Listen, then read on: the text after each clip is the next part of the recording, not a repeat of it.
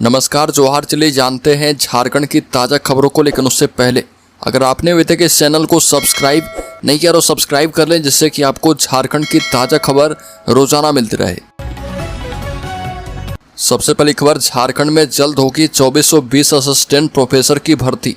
राज्यपाल सह कुलाधिपति संतोष कुमार गंगवार ने कहा कि सभी कुलपतियों को राजभवन की ओर से आदेश भी जारी किया गया है कि विश्वविद्यालयों और महाविद्यालयों में सभी प्रोफेसर निर्धारित समय तक उपलब्ध रहें और नियमित कक्षाएं लें, और इसकी निगरानी की जिम्मेदारी कुलपतियों को दी गई है।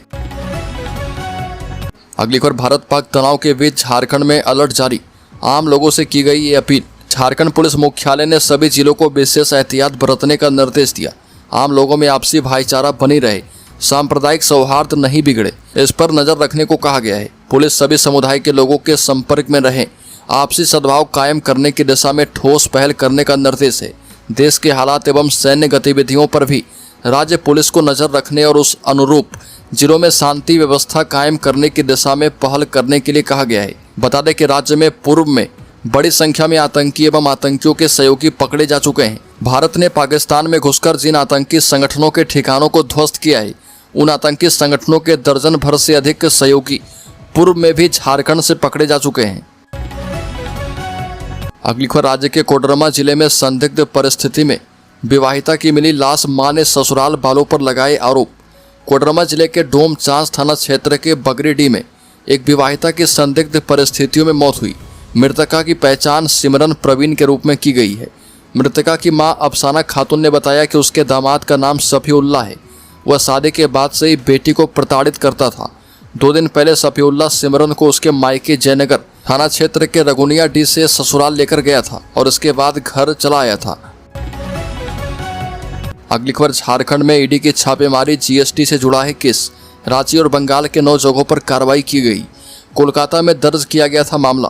झारखंड में प्रवर्तन निदेशालय की टीम ने एक बार फिर से दबिश दी है और ईडी की टीम रांची के कांके रोड, बोकारो के अलावा बंगाल के कुल 9 जगहों पर जांच की है। राजधानी रांची के ईशान अपार्टमेंट के दूसरे तल्ले में टीम 2 गाड़ियों में पहुंची। यहाँ रहने वाले विवेक नारसरिया नाम के व्यक्ति के यहाँ टीम जांच कर रही है। बताया जा रहा है कि विवेक कई तरह के व्यवसाय से जुड़े हुए हैं। जीएसटी घोटाले से जुड़े जिस मामले को लेकर ईडी जांच कर रही है, उसका ईसीआर कोलकाता में दर्ज करवाया गया था। अगली खबर, झारखंड में समय से पहले पहुंचेगा मानसून। 10 मई से प्रदेश के जिले में लू का होगा असर, येलो अलर्ट किया गया जारी। झारखंड में मौसम एक बार फिर से करवट बदल रहा।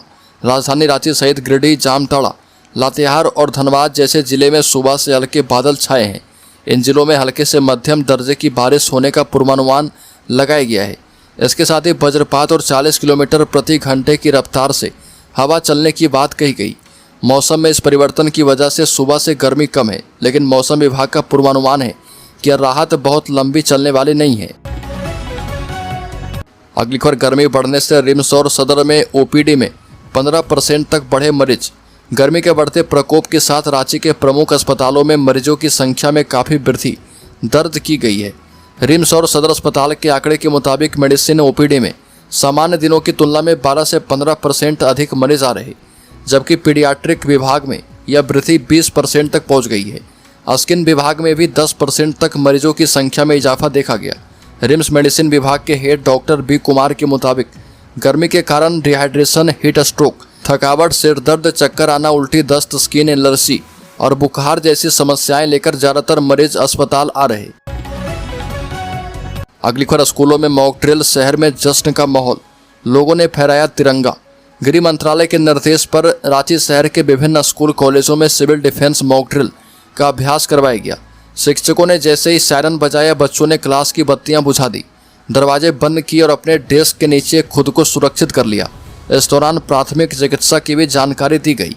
साईनाथ यूनिवर्सिटी में एनसीसी कैडेट्स ने सायरन बजाया, तत्काल प्रतिक्रिया, प्राथमिक उपचार, सर्च एंड रेस्क्यू ऑपरेशन से संबंधित विभिन्न गतिविधियां की। विश्वविद्यालय के कुलपति प्रोफेसर डॉक्टर एसपी अग्रवाल ने छात्रों को मॉक ड्रिल के उद्देश्य के बारे में बताते हुए हमले की स्थिति में खुद को सुरक्षित रखने के सुझाव दिए हैं। अगली खबर, नई उत्पाद नीति पर लग सकती है मुहर। राज्य मंत्री परिषद की बैठक होने वाली है और बैठक में उत्पाद एवं मद्य निषेध विभाग की नई उत्पाद नीति पर मुहर लग सकती है। साथ ही सरकारी कर्मियों को 2% का महंगाई भत्ता का लाभ मिल सकता है। राज्य सरकार 2% डीए की वृद्धि पर मुहर लगा सकती है। नई उत्पाद नीति के तहत शराब की दुकानों को एक बार फिर से निजी हाथों में सौंपने की तैयारी की जा रही है। उत्पाद विभाग के करीब 1453 दुकानें हैं। इनमें 280 देसी, 640 कंपोजिट और 531 विदेशी दुकानें हैं। कंपोजिट दुकानों में तीनों तरह की शराब की बिक्री की जाती है। अगली खबर, सीबीआई ने हाई कोर्ट से कहा जांच हुई पूरी, आरोप पत्र भी दाखिल हो गया, कोर्ट ने याचिका निष्पादित की। झारखंड हाई कोर्ट ने झारखंड लोक सेवा आयोग की पहली और दूसरी परीक्षा में हुई अनियमितता की सीबीआई जांच को लेकर दाखिल जनहित याचिका को निष्पादित कर दिया। सीबीआई ने हाई कोर्ट को बताया कि जेपीएससी प्रथम और द्वितीय परीक्षा में गड़बड़ी की जांच पूरी हो चुकी है। विशेष कोर्ट में आरोप पत्र भी दाखिल किया जा चुका है। याचिकाकर्ता बुद्धदेव उरांव की ओर से भी कोर्ट को बताया गया कि याचिका में जो मांग की गई थी वह पूरी हो चुकी है। अगली खबर, रिम्स का सेंट्रल लैब 30 दिनों में करने लगेगा काम, सैंपल कलेक्शन से लेकर मिलेगी रिपोर्ट तक। बता दें कि रिम्स में पुराने सैंपल कलेक्शन काउंटर के बगल में बनकर तैयार सेंट्रल लैब 30 दिनों के भीतर फंक्शनल हो जाएगा। यहाँ एक ही जगह पर भर्ती मरीज एवं ओपीडी के रोगियों के सैंपल कलेक्शन लिए जाएंगे।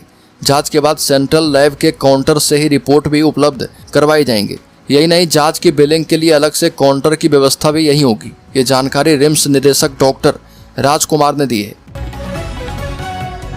अगली पर व्हाट्सएप चैट बोट से अब आसानी से जमा कर पाएंगे होल्डिंग वाटर टैक्स एवं बेस्ट यूजर चार्ज। रांची नगर निगम में निगम प्रशासक संदीप सिंह ने व्हाट्सएप चैट बोट सेवा आरएमसी पेमेंट मित्र लॉन्च किया है। इस पहल से शहरवासी अपने holding tax, water tax, trade licence, best user charge से संबंधित भुगतान सरलता से कर पाएंगे। प्रशासक की पहल पर नागरिकों के लिए यह सेवा 24 घंटे उपलब्ध रहेगी। शहरवासी अपने स्मार्टफोन से इस सेवा का लाभ उठा पाएंगे। अब निगम कार्यालय में आकर लंबी कतार में खड़े होने और बार बार चक्कर लगाने की आवश्यकता नहीं पड़ेगी। अगली खबर, हजारीबाग टाउन स्टेशन से कोलकाता एवं दिल्ली के लिए जल्द मिल सकती है ट्रेन। हजारीबाग टाउन स्टेशन होकर कोलकाता और दिल्ली के लिए ट्रेन के शुरू होने की संभावनाएं बढ़ गई है। कोडरमा रांची रेल लाइन के दोहरीकरण को लेकर भी बड़ी खबर आ सकती है। इस मामले में हजारीबाग सांसद मनीष जायसवाल निरंतर प्रयासरत हैं।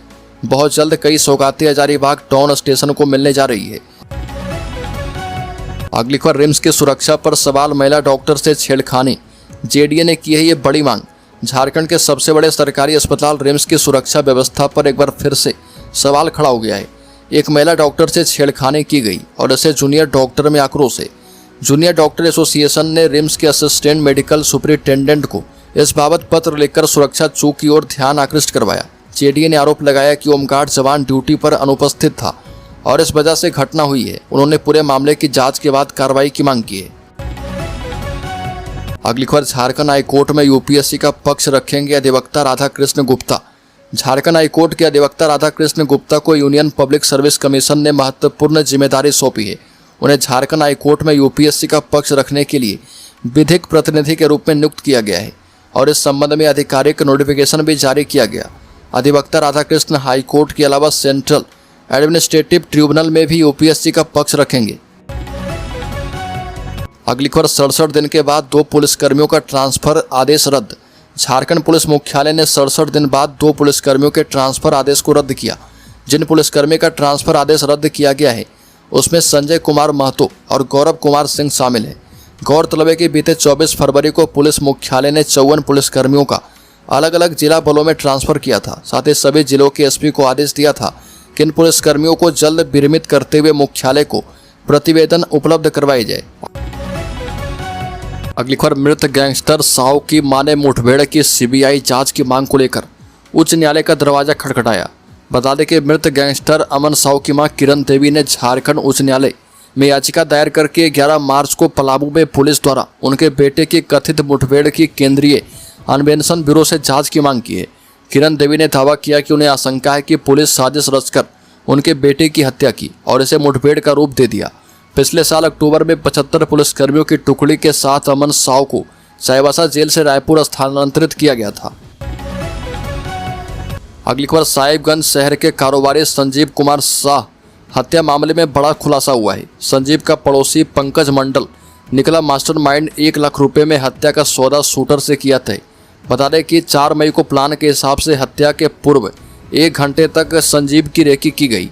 जैसे ही मौका मिला दुकान में घुसकर लव मंडल एवं कुश मंडल गोली मारकर फरार हो गया। उन्होंने हत्या का कारण भूमि विवाद एवं दुश्मनी बताया। एसपी ने बताया कि बाकी फरार लोगों की गिरफ्तारी के लिए पुलिस छापेमारी अभियान चला रही है। व्यवसायी संजीव कुमार शाह के प्रति पंकज मंडल के दिल में दुश्मनी की आग जल रही थी। वह किसी भी सूरत में उससे बदला लेना चाह रहा था। जब पंकज को लगने लगा कि वह कुछ भी करने में नाकाम है तो उसने 1 लाख रुपए में हत्या की साजिश रची।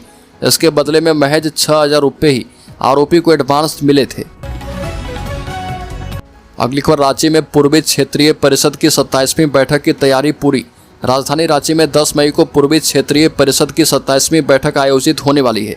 इस महत्वपूर्ण बैठक की अध्यक्षता केंद्रीय गृह मंत्री अमित शाह करेंगे, जबकि झारखंड के मुख्यमंत्री हेमंत सोरेन उपाध्यक्ष की भूमिका में मौजूद रहेंगे। बैठक में बिहार के मुख्यमंत्री नीतीश कुमार, उप मुख्यमंत्री सम्राट चौधरी, ओडिशा के मुख्यमंत्री मोहन चरण मांझी और पश्चिम बंगाल के मुख्यमंत्री ममता बनर्जी सहित कई वरिष्ठ नेता शिरकत करेंगे। अगली खबर, ऑपरेशन सिंदूर की सफलता के बाद देश भर में भारतीय सेना की प्रशंसा हो रही है। झारखंड में भी इस पर प्रतिक्रियाओं का दौर जारी है। इसी कड़ी में भारतीय जनता पार्टी के प्रदेश अध्यक्ष और नेता प्रतिपक्ष बाबूलाल मरांडी ने भी इस पर प्रतिक्रिया दी। बाबूलाल मरांडी ने कहा कि प्रधानमंत्री नरेंद्र मोदी के नेतृत्व में भारतीय सेना ने जन भावनाओं का सम्मान करते हुए इस्लामिक आतंकवाद के विरुद्ध निर्णायक लड़ाई का आरंभ किया है। भारतीय सेना अपने चिर परिचित अंदाज में अद्भुत शौर्य और पराक्रम का परिचय देते हुए दुश्मन के घर में घुसकर आतंकी ठिकानों को ध्वस्त किया है।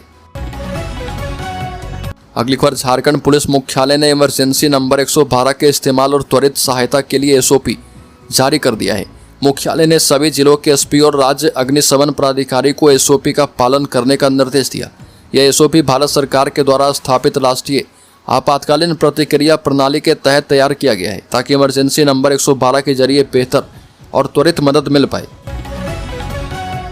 अगली खबर, झारखंड के शेयर होल्डर्स इन्वेस्टर्स के लिए शेयर बाजार में फ्लैट कारोबार। सेंसेक्स 30 अंक गिरकर 80,700 पर कारोबार कर रहा। हफ्ते के चौथे कारोबारी दिन शेयर बाजार में कारोबार फ्लैट रहा।